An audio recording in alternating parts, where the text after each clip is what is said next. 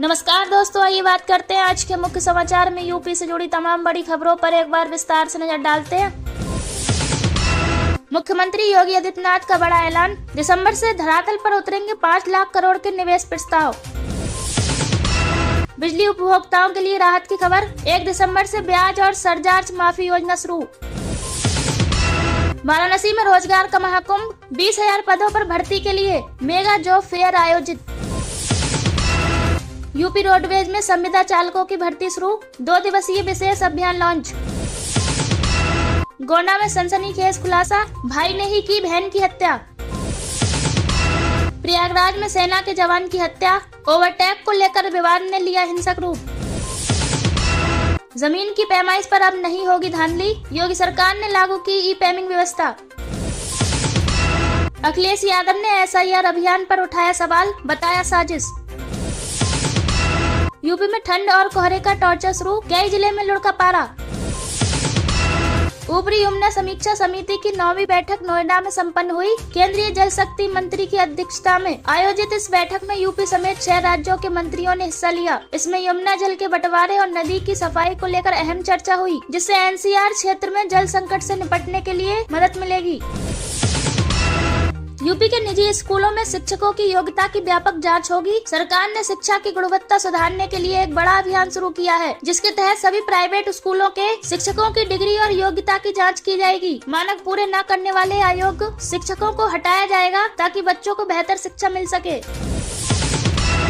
LPG cylinder के दाम घटे, लेकिन हवाई सफर हुआ महंगा। महीने की शुरुआत में मिली जुली खबरों के साथ हुई है। कमर्शियल गैस सिलेंडर 10 रुपए सस्ता हुआ है, जिससे होटल और रेस्तरां मालिकों को थोड़ी राहत मिली है। वहीं ATF के दाम बढ़ने से हवाई किराए में बढ़ोतरी की आशंका जताई जा रही है।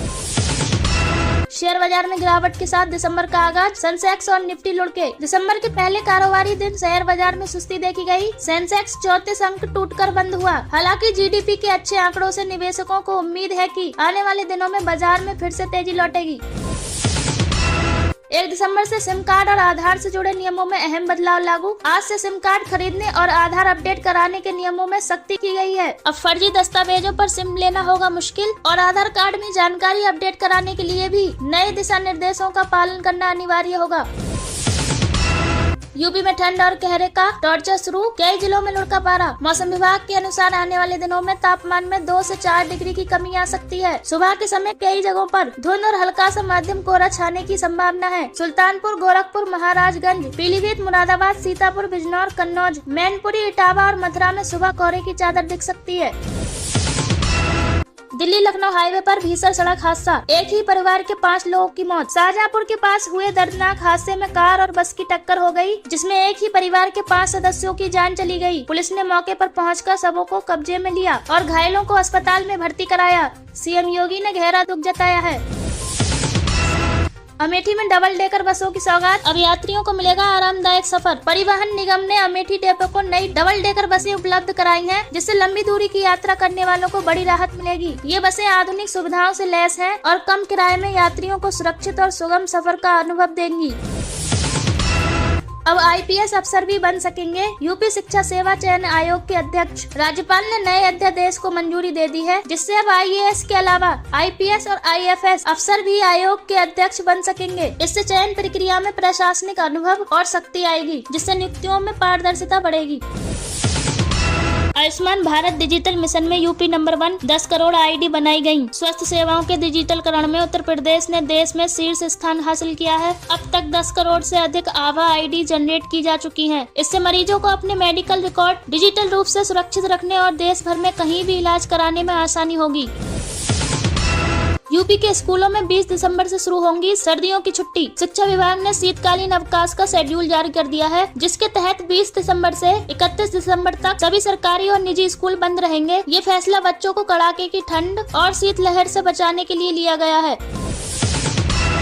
अखिलेश यादव ने जनेश्वर मिश्र पार्क में निजी आयोजनों के खिलाफ आंदोलन छोड़ा। सपा प्रमुख ने लखनऊ के ग्रीन हार्ट कहे जाने वाले जनेश्वर मिश्र पार्क में सर्दियों और इवेंट्स की अनुमति देने का कड़ा विरोध किया है। उन्होंने इसे भाजपा सरकार द्वारा पर्यावरण को नुकसान पहुंचाने और जनता की खुली हवा में सांस लेने के अधिकार पर हमला बताया है।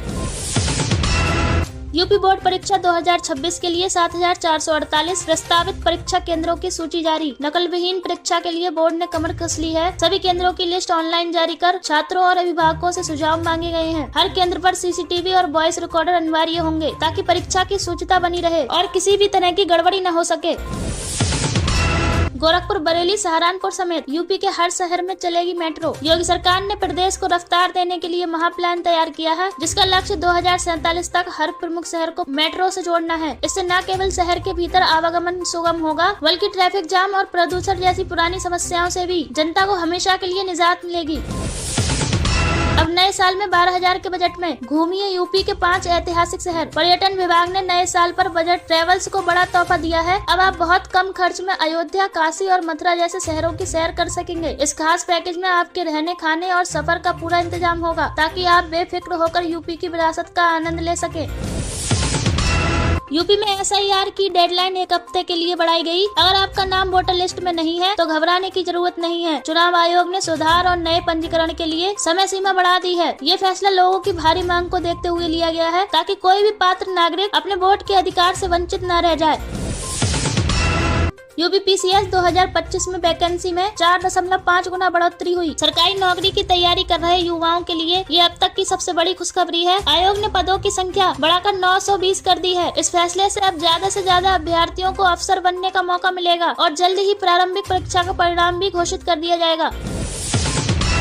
यूपी में मेट्रो रेल नेटवर्क का विस्तार, अयोध्या और मथुरा तक भी प्रस्तावित। धर्मनगरी आने वाले श्रद्धालुओं को अब जाम से नहीं जूझना पड़ेगा। सरकार अयोध्या और मथुरा में भी मेट्रो ट्रेन चलाने की तैयारी कर रही है। इस परियोजना से न केवल पर्यटन को बढ़ावा मिलेगा, बल्कि स्थानीय लोगों और व्यापारियों को भी बेहतर कनेक्टिविटी का सीधा लाभ मिलेगा।